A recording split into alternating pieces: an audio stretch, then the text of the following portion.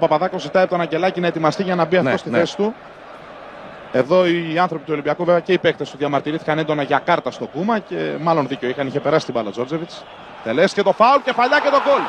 Το 1-0 με τον προωθημένο Ανατολάκη που στέλνει φιλιά στους οπαδούς του Παναθηναϊκού, θέλοντας να τους πικάρει για το 1-0 πριν συμπληρωθεί το 1 λεπτό.